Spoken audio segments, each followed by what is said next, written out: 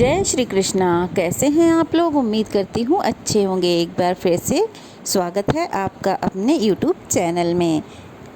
आज की वीडियो में आप जानेंगे भगवान सूर्य की महिमा, विभिन्न ऋतुओं में उनके अलग अलग वर्ण तथा उनके फल के बारे में। साथ ही आप सुनेंगे भगवान सूर्य का अभिषेक और उनकी रथ यात्रा के बारे में भी। इससे पहले के अध्याय में आपने जाना था भगवान सूर्य के रथ और उससे जुड़े घोड़ों के बारे में।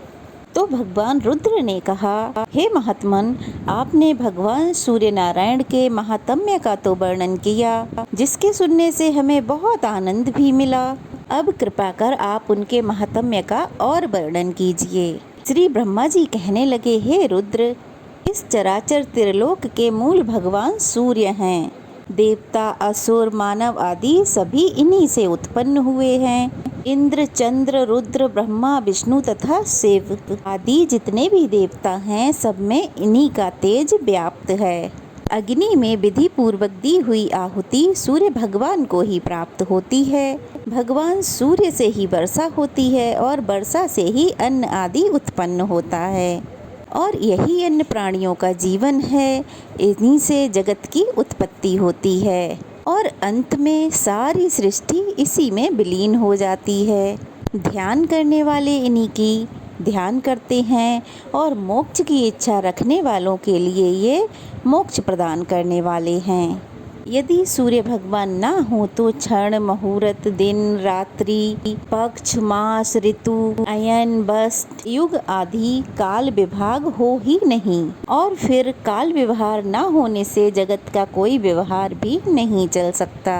ऋतुओं का विभाग ना हो तो फिर फल, फूल, खेती आदि कैसे हो? और इनकी उत्पत्ति के बिना प्राणियों का जीवन भी कैसे रह सकता है?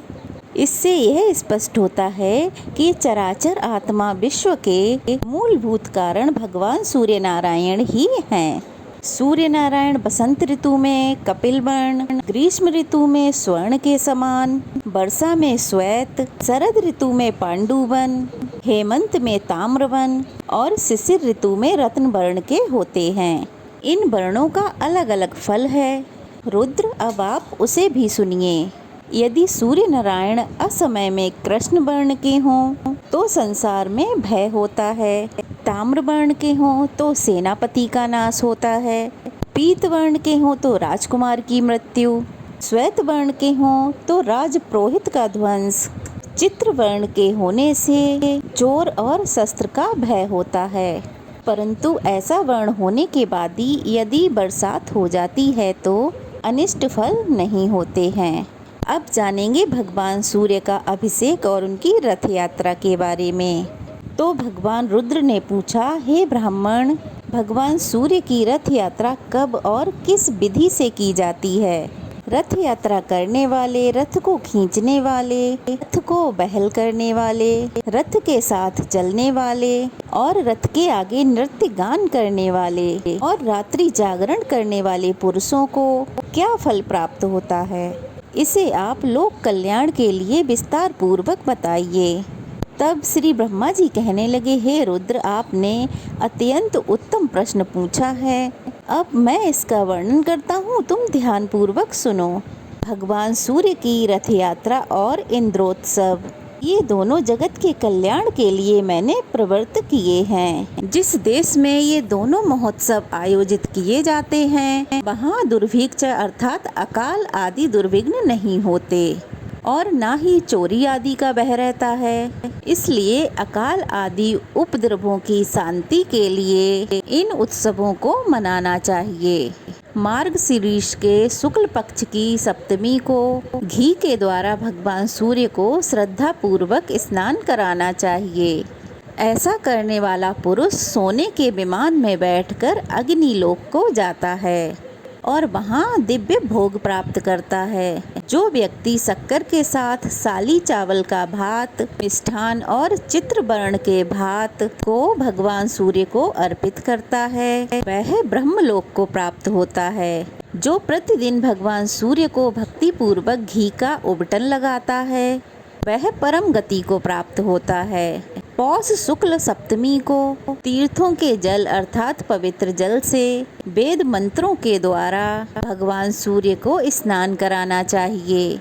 सूर्य भगवान के अभिषेक के समय प्रयाग, पुष्कर, कुरुक्षेत्र, नैमिष, प्रथदूतक, सोण, गोकर्ण, ब्रह्मावर्त, कुशावर्त, बिल्बक, नीलपत्र, गंगद्वार, गंगासागर, कालप्रिय, मित्रवन, भांडीरवन, चक्र तीर्थ, राम तीर्थ, गंगा, यमुना, सरस्वती, सिंधु, चंद्रभागा, नर्मदा, बिपाशा अर्थात व्यास नदी, ताम्री, जिभा, बेद्रवती अर्थात बेदवा, गोदावरी, पयोषणी अर्थात मंदाकिनी, कृष्णा, बेण्या, सतत्रु अर्थात सतलज, पुष्करणी, कौशिकी अर्थात कोसी, सरयू आदि सभी तीर्थों नदियों का स्मरण करना चाहिए। दिव्य स्थानों और दिव्य आश्रमों का भी स्मरण करना चाहिए। इस प्रकार स्नान कराकर 3 दिन, 7 दिन, एक पक्ष अर्थात 1 मास उस अभिषेक के स्थान पर ही भगवान का अधिवास करें और प्रतिदिन भक्ति पूर्वक उनकी पूजा करते रहें। माघ मास के कृष्ण पक्ष की सप्तमी को मंगल कलशों तथा विधान आसी से सुशोभित चौकोर और पक्की ईंटों से बनी वेदी पर सूर्य नारायण को भली भांति स्थापित कर हवन, ब्राह्मण भोजन, वेद पाठ, विभिन्न प्रकार के नृत्य, गीत, वेद पाठ आदि उत्सवों को करना चाहिए। फिर माघ शुक्ल चतुर्थी को अयाचित व्रत करें, पंचमी को एक बार भोजन करें, षष्ठी को रात के समय ही भोजन करें और सप्तमी को उपवास कर हवन, ब्राह्मण भोजन आदि संपन्न करें। सबको दक्षिणा देकर पौराणिकी की भली भांति पूजन करें। फिर रत्न जड़ित स्वर्ण के रथ में भगवान सूर्य को विराजित करें और उस रथ को कुछ दिन मंदिर के आगे ही खड़ा रखें। रात में जागरण करें और भजन कीर्तन चलता रहे। माघ शुक्ल अष्टमी को रथ यात्रा करनी चाहिए। रथ के आगे विविध बाजे बजते रहें, नृत्य, गीत और मंगल वेद्य ध्वनि होती रहे। अब जानेंगे किस प्रकार किस दिशा से रथ यात्रा प्रारंभ की जाती है। तो रथ यात्रा प्रथम नगर के उत्तर दिशा से प्रारंभ की जाती है। फिर क्रमशः पूर्व, उत्तर और पश्चिम दिशा में भ्रमण कराई जाती है। इस प्रकार रथ यात्रा करने से राज्य के सभी उपद्रव शांत हो जाते हैं। राजा को युद्ध में विजय मिलती है तथा उस राज्य में सभी प्रजा और पशु निरोगी और स्वस्थ हो जाते हैं। रथ यात्रा करने वाले, रथ को वहन करने वाले और रथ के साथ जाने वाले सूर्य लोक में निवास करते हैं। ब्रह्मा जी के मुंह से ऐसा सुनकर तब रुद्र ने फिर से कहा, हे ब्राह्मण, मंदिर में प्रतिष्ठित प्रतिमा को किस प्रकार उठाना चाहिए और किस प्रकार रथ में विराजमान करना चाहिए? इस विषय में मुझे कुछ संदेह हो रहा है, क्योंकि वह प्रतिमा तो प्रतिष्ठित यानी अचल स्थित है, अतः उसे कैसे चलाया जा सकता है? हे ब्रह्मा जी, आप मेरे इस संशय को दूर करें। तब ब्रह्मा जी कहने लगे, संवत्सर के अवयवों के रूप में जिस रथ का पूर्व में मैंने वर्णन किया है, वह रथ सभी रथों में पहला रथ है। उसको देखकर ही विश्वकर्मा जी ने सभी देवताओं के लिए अलग अलग विविध प्रकार के रथ बनाए। उस प्रथम रथ की पूजा के लिए भगवान सूर्य ने वह रथ अपने पुत्र मनु को प्रदान किया। मनु ने राजा यशवाकु को दिया। तब से यह रथ यात्रा पूजित हो गई और परंपरा से चली आ रही है। इसलिए सूर्य की रथ यात्रा का उत्सव मनाना चाहिए। भगवान सूर्य तो आकाश में भ्रमण करते रहते हैं, इसलिए उनकी प्रतिमा को चलाने में कोई भी दोष नहीं है।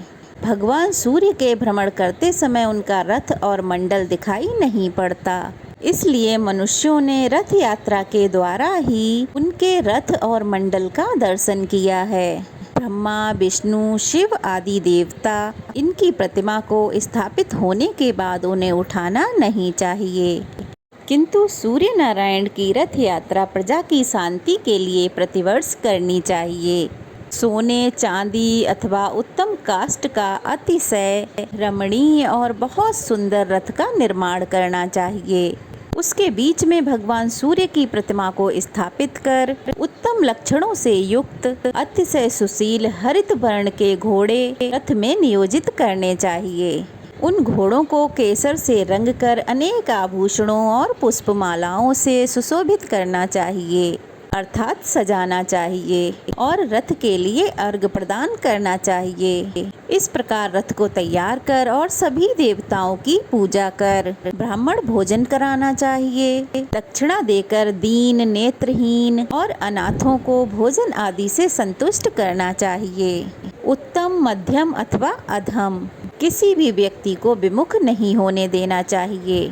रथ यात्रा स्वरूप इस सूर्य महायाग में भूख से पीड़ित बिना भोजन किए यदि कोई भी व्यक्ति भग्र आशा वाला होकर लौट जाता है तो इस दुष्कृत्य से उसके स्वर्गवासी पितरों का अधपतन हो जाता है, अर्थात उनका नाश हो जाता है। अतः सूर्य भगवान के इस यज्ञ में भोजन और दक्षिणा से सबको संतुष्ट करना चाहिए, क्योंकि बिना दक्षिणा के कोई भी यज्ञ पूर्ण नहीं होता। वेद मंत्रों के साथ ही सभी देवताओं का प्रिय पदार्थ उनको अर्पण करना चाहिए। मंत्रों से बलि देकर वामदेव्य, पवित्र, मानस योग तथा रतंतर इन ऋचाओं का पाठ करें। फिर पुण्य हवाचल अनेक मंगल वाद्यों के द्वारा ध्वनि करते हुए सुंदर मार्ग पर रथ को चलाएं, जिससे कहीं पर धक्का ना लगे। रथ धीरे धीरे निरंतर आगे बढ़ना चाहिए। घोड़े के अभाव में अच्छे बैल को भी रथ में लगा सकते हैं या फिर पुरुष गण ही रथ को खींच सकते हैं। 30 या 16 ब्राह्मण जो शुद्ध आचरण वाले हों, व्रती हों, वे प्रतिमा को मंदिर से उठाकर बड़ी ही सावधानी से रथ में स्थापित करें। सूर्य प्रतिमा के दोनों ओर सूर्य देव की राखी अर्थात संध्या और निशुंभा छाया नामक दोनों पत्नियों को स्थापित करें। सूर्य देव की पत्नियों के नाम है संध्या और छाया, जिनका नाम क्रमशः राखी और निशुंभा भी है। निशुंभा को अर्थात छाया को दाहिनी ओर और राखी को बाईं ओर स्थापित करना चाहिए। सदाचारी वेद पाठी 2 ब्राह्मण प्रतिमाओं की पीछे की ओर बैठें और उन्हें संभाल कर स्थिर रखें। सारथी भी कुशल रहना चाहिए। स्वर्ण दंड से सजा हुआ छत्र रथ के ऊपर लगाएं। अतिशय सुंदर रत्नों से जड़ित स्वर्ण रत्न से युक्त ध्वजा रथ पर चढ़ाएं, जिसमें अनेक रंगों की 7 पताकाएं लगी हों, अर्थात 7 ध्वजाएं लगी हों। रथ के आगे के भाग में सारथी के रूप में ब्राह्मण को बिठाना चाहिए। श्रद्धा रहित व्यक्ति को कभी भी रथ के ऊपर नहीं चढ़ना चाहिए, क्योंकि जो श्रद्धा रहित व्यक्ति रथ पर आरूढ़ होता है अर्थात रथ पर चढ़ता है, उसकी संतति नष्ट हो जाती है। ब्राह्मण, वैश्य और क्षत्रिय को ही रथ के वहन करने का अधिकार है। अपने स्थान से चलकर रथ को सर्वप्रथम उत्तर द्वार पर ले जाना चाहिए। फिर वहां पर 1 दिन तक रथ की पूजा करें। विविध गीत, नृत्य आदि उत्सव, पाठ तथा पुराणों की कथा होनी चाहिए। वहाँ ब्राह्मण भोजन भी कराना चाहिए। नवमी के दिन रथ चलकर पूर्व द्वार पर ले जाएं। 1 दिन वहाँ पर रहें और तीसरे दिन दक्षिण द्वार पर रथ को ले जाएं और चौथे दिन पश्चिम द्वार पर रथ ले जाएं। फिर वहाँ से नगर के मध्य में रथ ले जाया जाए। वहाँ पूजन और उत्सव करें, दीप माला प्रज्वलित करें, ब्राह्मणों को दान दक्षिणा दें, भोजन कराएं। फिर वहां से रथ को मंदिर में लाना चाहिए। वहां नगर के सभी लोग मिलकर पूजन और उत्सव करें। फिर 1 रात और 1 दिन रथ में ही प्रतिमा रहे। फिर दूसरे दिन भगवान सूर्य की प्रतिमा को रथ से उतारकर बड़ी ही धूमधाम से मंदिर में स्थापित करें। इस प्रकार सप्तमी से त्रयोदशी तिथि तक रथ यात्रा होनी चाहिए। साथ ही चतुर्दशी को प्रतिमा पूर्व स्थान में स्थापित कर दी जाती है। इस रथ यात्रा के करने से सभी विघ्न, सभी बाधाएं दूर हो जाती हैं। जय श्री कृष्णा। आज का अध्याय यहीं समाप्त हुआ। आगे का अध्याय सुनने के लिए आप अगली वीडियो ज़रूर देखिएगा। तो फिर मिलते हैं। अगर वीडियो अच्छी लगी हो तो लाइक कीजिएगा, कमेंट कीजिएगा और अगर नए हैं तो प्लीज़ चैनल को सब्सक्राइब और शेयर कीजिएगा। तो फिर मिलते हैं, तब तक के लिए जय श्री कृष्णा।